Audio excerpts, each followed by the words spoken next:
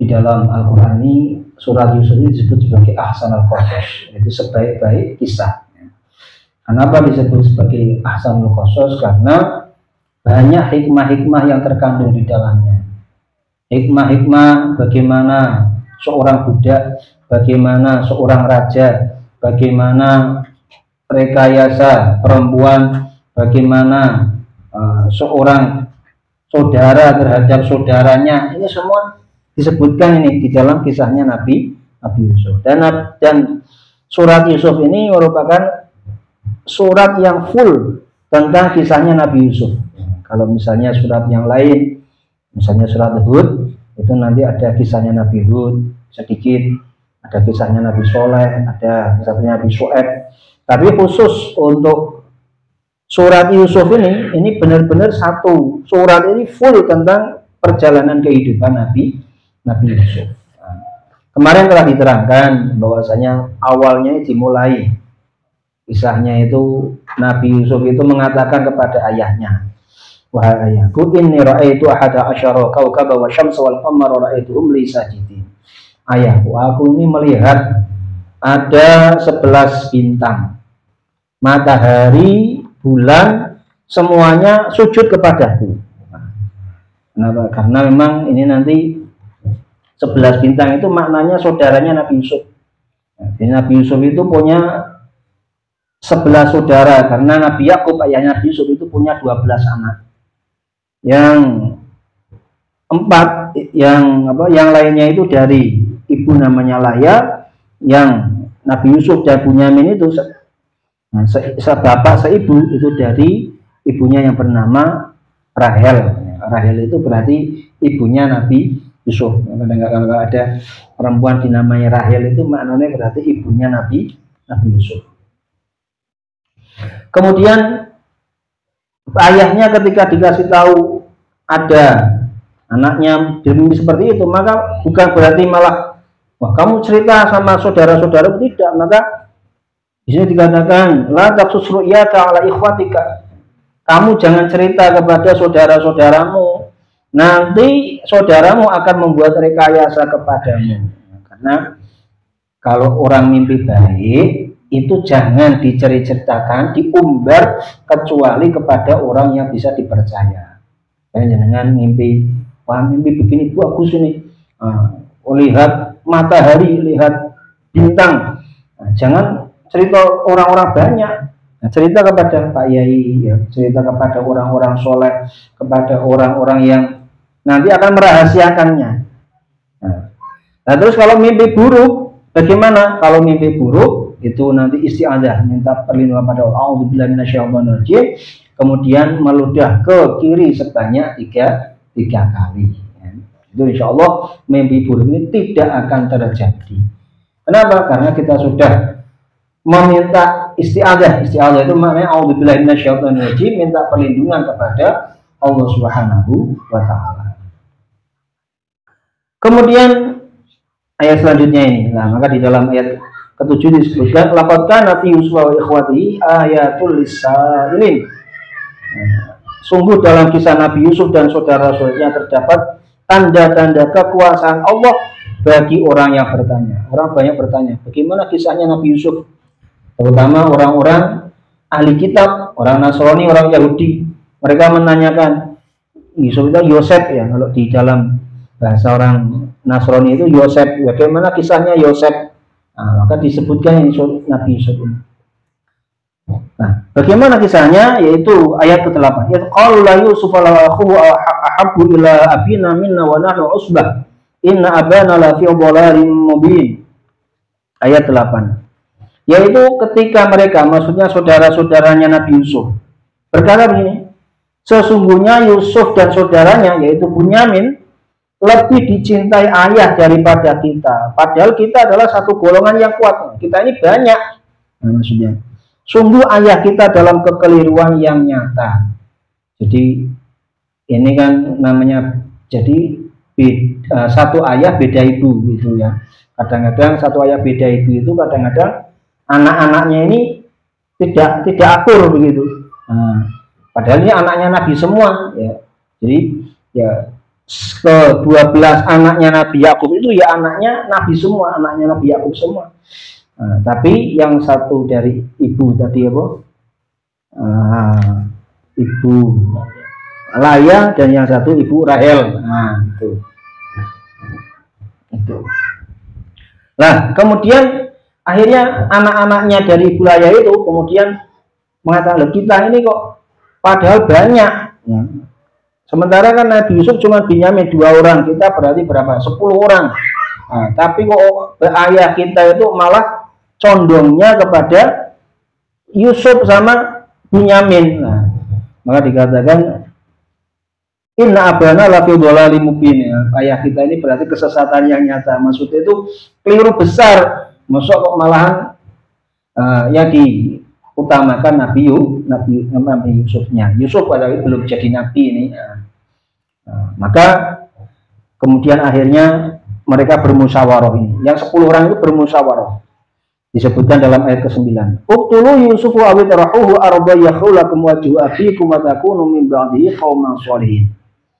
Nah, ini ada yang usul ini. Bunuhlah Yusuf atau buanglah dia ke suatu tempat agar perhatian ayah tertumpah kepadamu dan setelah itu kamu menjadi orang yang baik.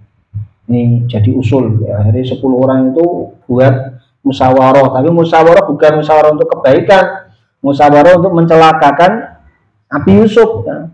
Maka ada yang usulnya begini, bunuh saja. Nah, ada yang mengatakan jangan, dibuang saja ke tempat yang jauh. Nah, dibuang supaya apa? Sudah kalau sudah dibunuh atau sudah setelah itu wa takunu min ba'di qauman sholihin. Setelah itu sudah kamu bertobat saja. Di dalam tafsirnya itu bi anta tubu. Setelah selesai itu kamu tobat aja, nanti jadi orang yang soleh. Ibaratnya ya wis maksiat ora apa-apa, yang penting kok tobat kan ditompo itu loh. Ini pikirannya saudara-saudaranya Nabi Yusuf itu begitu. Nah, bunuh atau setelah itu nanti tobat atau dibuang saja nanti tobat. Nah. Maka ada lagi yang usul, yaitu di sini di dalam tafsirnya itu yaitu Yahuda yang paling besar mengatakan begini. Qala qailun minhum la taqtulu Yusufa wa alquhu fi ghayabatil jubbi yaltaqithu ba'du sayyarati in kuntum fa'ilin. Seorang di antara mereka berkata, janganlah kalian membunuh Yusuf, tetapi masukkan saja dia ke dasar sumur, agar nanti dia dipungut oleh sebagian musafir, jika kalian hendak berbuat. Ya. Jadi, ini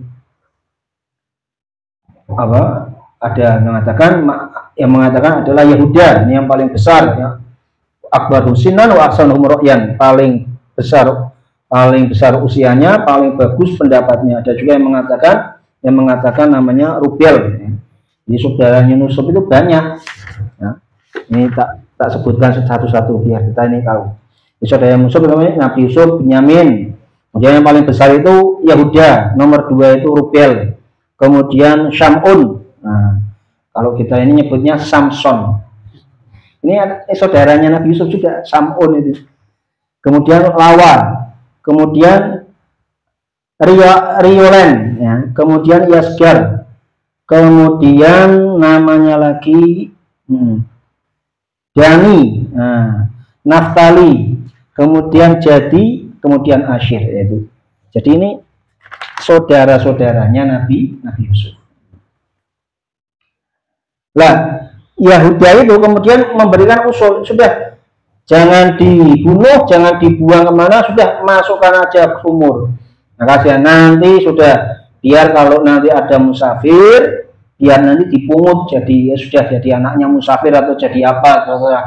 Nah, yang penting nanti dia otomatis akan jauh dari kita, jauh dari ayah kita. Jadi karena intinya itu pengen menyingkirkan Nabi Yusuf dari ayahnya, nah, gitu. Maka setelah itu mereka itu kemudian menghadap kepada ayahnya. Maksudnya setelah musyawarah, sudah ini kita bawa aja Yusuf, ya. Kemudian nanti kita masukkan ke sumur. Nah, caranya bagaimana? Ya sudah, kita ajak aja Yusuf itu untuk diajak bareng-bareng seakan main-main, kita izin sama ayah kita. Nah, begitu. Kalau sudah diizini nanti kan bisa seperti itu. Akhirnya mereka itu datang kepada ayahnya. Ayat ke 11. Ya. Qalu ya abana malaka la ta'manna ala Yusuf wa inna lahu lanasihun. Mereka yaitu saudara-saudaranya Nabi Yusuf berkata, wahai ayah kami, mengapa engkau tidak mempercayai kami terhadap Yusuf? Padahal sesungguhnya kami semua menginginkan kebaikan baginya.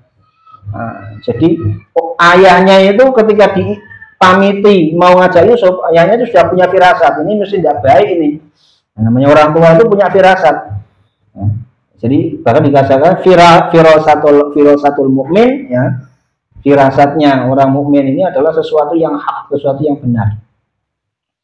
Nah, maka anak-anaknya ini mengatakan, wahai ayahku, engkau mesti tidak percaya sama kami ini. Padahal kami itu malah pinginnya baik sama Yusuf. Maksudnya apa? Supaya senang-senang begitu. Nah, maka dikatakan, nah di sini ada ismam ini. La ta'manna. Nah, ta'manna itu kalau kita bahasanya mencucu. Kenapa? Karena la ta'manna itu karena ketika mengucapkannya dia mencucu itu. Karena bahasa la ta'manna itu kenapa engkau tidak percaya kami? Kaya wong iku kan misale jenengan mboten percaya kali kula ya kalau an mencucu kan gitu loh. Makanya kita pakai ismam. Jadi semua gharib di dalam Al-Qur'an, ismam, saktah, nah, kemudian gharib yang lain ya, itu semua majreha misalnya ya kan. Nah, majreha wa mursaha itu semua ada hikmah-hikmahnya. Nah, kenapa kok majreha tidak? Majreha ini melengkung gitu. Karena yang namanya lautan itu kan berombak-ombak begitu. Maka bismillahirrahmanirrahim wa mursaha itu antara lain seperti itu. Nanti di dalam kaidah-kaidah gharibnya Al-Qur'an itu ada seperti itu. Jadi di dalam ada hikmah-hikmahnya. Maka mereka mengatakan lagi ya, ayat ke-12. Arsilhu ma'ana ghadan yarta wa yal'ab wa inna lahu lahafizun. Biarkanlah dia maksudnya pergi bersama kami besok pagi agar dia bersenang-senang dan bermain-main dan kami pasti menjaganya. Ayah saya itu pengen Nabi Yusuf itu supaya senang-senang, main-main ya, bisa senang-senang. Tentu kita jaga, kita ini banyak orang ya. Maka Nabi Yakub itu mengatakan, ayat ketiga, jawabannya Nabi Yakub ini, qala inni la yahzununi an tadhhabu bihi wa akhafu ay yaqula dhibu wa antum anhu ghafilun. Ayat 13. Dia Nabi Yakub berkata, sesungguhnya kepergian kamu bersama dia Nabi Yusuf sangat menyedihkanku dan aku khawatir dia dimakan serigala sedang kamu lengah darinya. Jadi bapaknya itu langsung mengatakan, wah ini kalau dia dibawa kamu ini saya tuh sedih ya. Jangan-jangan nanti dimakan oleh serigala. Jadi bapaknya itu sudah menebak maksudnya anak-anaknya ini. Kan anak-anaknya itu nanti maunya begini, Nabi Yusuf dibawa, kemudian dimasukkan ke sumur, lah nanti bajunya itu dikoyak-koyak, dikasih darahnya serigala, seakan-akan Nabi Yusuf itu dimakan oleh serigala. Ini rencananya anaknya, bapaknya itu sudah tahu, namanya juga Nabi kan. Nabi Yusuf ini bapaknya ini Nabi Yakub itu Nabi. Nah, terus simbahnya Nabi Yusuf juga Nabi, yaitu Nabi Ishak. Kemudian buyutnya Nabi Yusuf itu juga Nabi, yaitu Nabi Ibrahim. Makanya satu-satunya Nabi yang istimewa nasabnya itu adalah Nabi Yusuf. Karena Nabi bin Nabi bin Nabi bin Nabi. Yusuf bin Yakub bin Ishak bin Ibrahim. Nah, gitu. Ya, terus yang lainnya bagaimana? Yang lainnya juga anak-anaknya Nabi ya, cuma ono sing beler gitu. Jadi kalau ada anak Nabi yang kemudian rotok beling itu ya Nabi, anaknya Nabi Yakub ya juga begitu. Juga ada yang beler itu begitu. Tapi ada juga yang jadi Nabi yang istimewa begitu. Maka kemudian orang-orang itu mengatakan, Qalu la in akalau dhi'bu wa nahnu usbatun inna idzal khasirun. Sesungguhnya mereka saudara-saudara berkata, jika dia dimakan serigala padahal kami kelompok yang kuat, ini banyak orang, kalau demikian tentu kami orang-orang yang rugi. Maksudnya kalau sampai Yusuf cuma 1 orang kok, kita 10 orang kok tidak bisa jaganya, yuk kita ini rugi besar itu maksudnya. Akhirnya sudah Nabi Yakub didesak semua anaknya, kan tidak enak. Ya sudah diajak. Setelah diajak, kemudian benar Nabi Yusuf itu kemudian ditelentangkan sama saudara-saudaranya. Setelah itu diambil bajunya itu, Pak. Bajunya diambil, Nabi Yusuf itu dibuang ke sumur. Nah, di dalam Al-Quran itu nanti ada kata la tunabbi'uhum bi amri hadza wa hum la yash'urun. Nah, sudah nanti ini Nabi Yusuf ini Allah, Nabi Yusuf itu diwahyukan oleh Allah, sudah dapat wahyu dari Allah. Nah, sudah tenang saja, kamu sabar, kamu nanti akan menceritakan apa yang diperbuat oleh saudara-saudaramu. Nah, sudah nanti ada saatnya. Jadi Nabi Yusuf begitu dimasukkan ke sumur itu tidak kok malah sedih nangis, sudah biasa saja.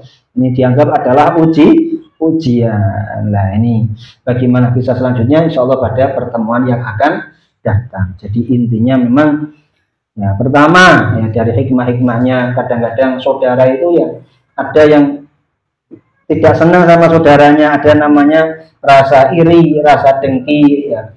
Ini ada hikmahnya. Maksudnya apa? Ya, harusnya saudara itu saling bersaudara. Nah, ada masalah-masalah dipecahkan. Nah, ini kok ada seperti ini? Ya ini memang kadang-kadang terjadi seperti itu. Ya.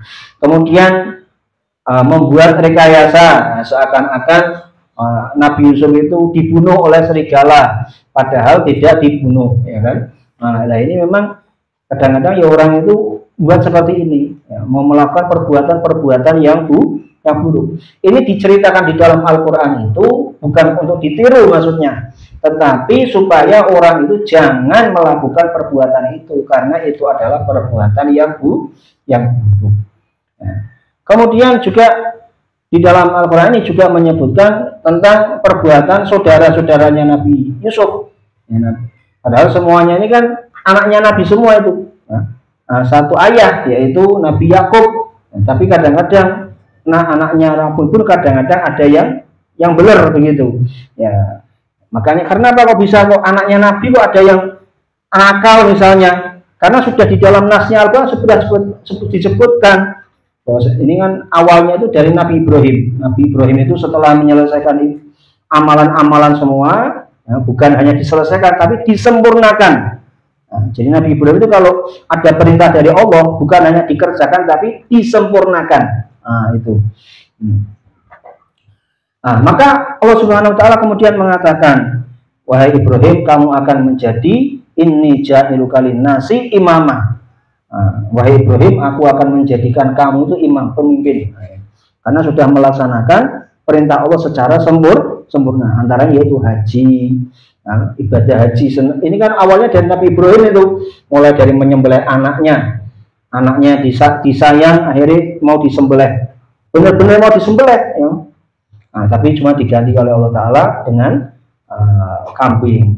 Kemudian Nabi Ibrahim membangun Ka'bah. Membangun Ka'bah sungguh-sungguh dibantu oleh Nabi Ismail. Dan waktu itu jadi Ka'bah ini. Nah, setelah jadi seperti itu, Nabi Ibrahim masih disuruh lagi, kamu serukan yang keras, ya, panggil semua keturunan semua manusia supaya datang ke rumahku ini. Kata maksudnya rumahku maksudnya Ka'bah. Maka Nabi Ibrahim mengatakan, ya Allah, suara saya ini terbatas, sementara hambamu itu semua ada di mana-mana. Maka kata Allah, sudah kamu berseru, aku yang akan menyampaikan.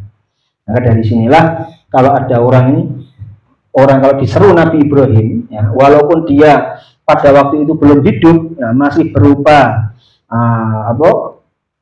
ruh dalam alam arwah. Nah, kalau dia mengatakan labbaik, maka dikatakan orang itu akan melaksanakan ibadah haji.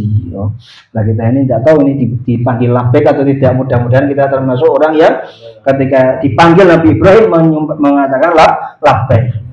Ada lagi yang mengatakan, para ulama, kalau jawabnya labbaik itu 2 kali nanti hajinya 2 kali katanya. Mudah-mudahan dulu kita itu banyaknya, ya, karena bisa jadi ya, orang itu berkali-kali haji itu bisa jadi. Ini sekarang teman-teman saya itu banyak yang pada ikut haji, dulu haji lagi, apalagi yang kerjanya itu di Kemenak itu, di Kemenak Pusat itu mereka rata-rata jadi petugas. Nah, Nabi Ibrahim itu setelah menyelesaikan amalan ini, menyempurnakan, maka kata Allah Ta'ala, ini ja'il kalinasi imam, kamu aku jadikan imam. Maka Nabi Ibrahim mengatakan, qala wa min dzurriyyati, ya Allah juga anak-anak keturunan saya, bukan jangan saya saja. Maka Allah Subhanahu wa taala mana? Qala la yanalu ahdidz zalimin. Qala la yanalu ahdidz zalimin. Nah, Allah Ta'ala mengatakan, tidak akan mendapat janjiku ini, maksudnya untuk dijadikan imam orang-orang yang zalim. Maknanya kalau ada anaknya Nabi Ibrahim yang berbuat zalim, maka tidak akan menjadi imam, tidak akan menjadi pemimpin, tidak akan menjadi orang yang disegani. Nah, makanya kadang-kadang kalau ada ini begini-begini, ya mungkin namanya anak Nabi itu macam-macam. Ada yang kalau yang memang dia itu orang yang alim, orang yang soleh, orang yang baik, dia akan menjadi imam. Nah, ini kita artinya beberapa hal kita baca Al-Quran. Pokoknya kita ini zaman sekarang ini paling utama itu nanti berpegang teguh kepada Al-Quran, kemudian hadis, kemudian kitab-kitab kuning. Nah, kita ngaji itu ya bukan hanya Qurannya saja, tapi ngaji tafsirnya, dan kita ngaji pakai kitab kuning. Nah, dan ini ada sanadnya. Dulu saya ngajinya itu sama Pak Yai Nurul Huda, ya, abahnya Gus Kausar. Kalau sekarang itu yang viral itu Gus Kausar. Jadi saya ngaji sama abahnya beliau, namanya Kiai Nurul Huda Jazuli. Dan ini delalah itu tidak tahu. Dulu ketika saya masih mondok itu, saya itu punya stiker. Ini tak tempel di sini.